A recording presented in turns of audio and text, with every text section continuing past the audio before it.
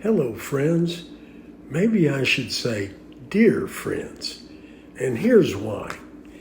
Let's read 1 John 4:11. Dear friends, since God so loved us, we ought to also love one another. Such a simple verse, but so easily read over without much consideration. But it is so profound. First, the Apostle John starts by saying, dear friends. Please don't make the mistake of discounting the word dear here. This isn't some standard format for the beginning of a letter. He sincerely means that he cares about these people deeply. They're not just friends, but they're dear friends, meaning that he considers them dear to his heart. What he's expressing here is that they are not just faces in a crowd that show up on Sunday. They're not simply important to him. They are attached to him emotionally in his heart. What happens to them impacts him significantly. They are dear to him. From that, John goes on to what I call the since then statement.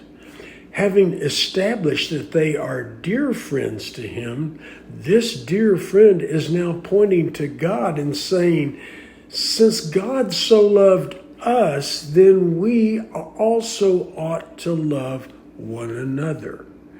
We must realize that how we love others as Christians is the very measure by which non-Christians see whether or not God loves them. Stop. Let that sink in. How we love others as Christians is the very measure by which non-Christians see whether or not God loves them. Now, when Christians see us, our love for them, they see us as representing the God we believe in. If we don't act like we love them, if we don't demonstrate that we love them, it looks like God doesn't love them. Sure, it shouldn't be that way, but it is. The devil uses our lack of reflecting God's love as part of his lie to keep them separated from God. On the other hand, if we demonstrate that we love them, it can be powerful.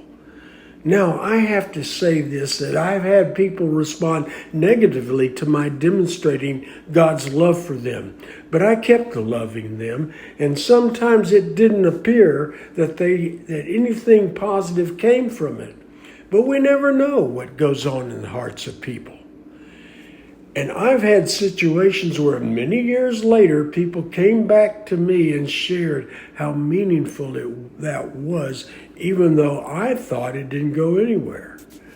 I want you to consider a very unlikely model in John Belushi and the Blues Brothers. Everywhere he went, he said in a somewhat crazed fashion, I'm on a mission from God. Everywhere you go, you are on a mission from God to love people.